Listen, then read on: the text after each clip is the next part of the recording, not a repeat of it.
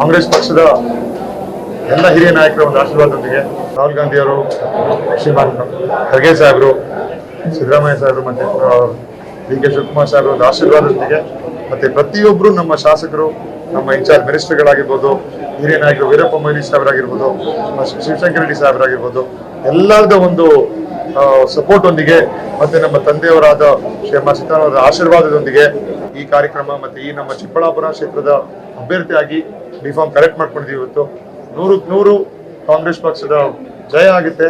June 4ರಂದು ಚಿಕ್ಕಬಳ್ಳಾಪುರಲ್ಲಿ Congress ಪಕ್ಷ ಮೇಲೆ ಬಂದು ಕಾಂಗ್ರೆಸ್ ಪಕ್ಷದ ಒಂದು ಗೆಲುವಿಗಾಗಿ ನಾವೆಲ್ಲ ಪಣ ತೊಟ್ಟಿ ಕೆಲಸ ಮಾಡುವ ಒಂದು ಖಚಿತವಾದ ಒಂದು ನಂಬಿಕೆ ಎಲ್ಲರಿಗೂ ಇದೆ. ಕಾರ್ಯಕರ್ತರು ಎಲ್ಲರೂ ಜೊತೆಗಾಗಿ ಈ ಒಂದು ಕ್ಷೇತ್ರದಲ್ಲಿ ಒಟ್ಟಾಗಿದ್ದಾರೆ. ಬಿಜೆಪಿನ ಒಂದು ಸುಧಾಕರ್ ಅವರನ್ನ ಸೋಲ್ಸಕ್ಕೆ ನಮ್ಮ ಕಾಂಗ್ರೆಸ್ ಪಕ್ಷದ ಎಲ್ಲಾ ನಾಯಕರು ಸಿದ್ಧವಾಗಿದ್ದಾರೆ. ಸ್ಟ್ರಾಟಜಿ ಅದನ್ನ ಇವಾಗ ಹೇಳಕ್ ಬರಲ್ಲ. ಸ್ಟ್ರಾಟಜಿಗಳು ದಿನಕ್ಕೆ ಇವಾಗ ಇರೋದೇ 27 ದಿನ ನಮ್ಗೆ.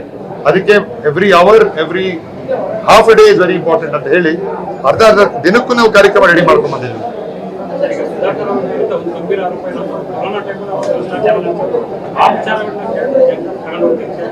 ಸರ್, ಅದು ನಾವು ಕಾಂಗ್ರೆಸ್ ಪಕ್ಷ ಇನ್ನ ಶುರು ಮಾಡಿಲ್ಲ. ಅದನ್ನ ಪ್ರತಿಯೊಂದು ತಾಲೂಕಲ್ಲೂ ಬಿಜೆಪಿ ಪಕ್ಷದ ಪ್ರತಿಯೊಬ್ಬರು ಕಾರ್ಯಕರ್ತರು ಇದು ಅವರ ವಿರುದ್ಧ ಗಲಾಟೆಗಳು ಮಾಡ್ತಾ ಇದ್ದಾರೆ.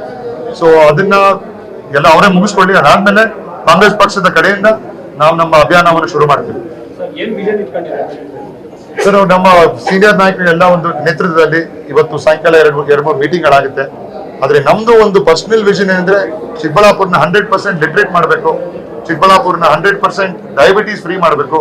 ಅದು ಚಿಕ್ಕಬಳ್ಳಾಪುರಲ್ಲಿ ಹೆಲ್ತ್ ಕೇರ್ ಮತ್ತೆ ಎಜುಕೇಶನ್ ನ ಪ್ರತಿಯೊಂದು ಹೋಬಳಿ ಲೆವೆಲ್ಗೆ, ಪ್ರತಿಯೊಂದು ಹಳ್ಳಿ ಲೆವೆಲ್ಗೆ ತಲುಪಬೇಕು ಅಂತ ಒಂದು ನಮ್ಮ ಒಂದು ಆಸೆ ಇದೆ.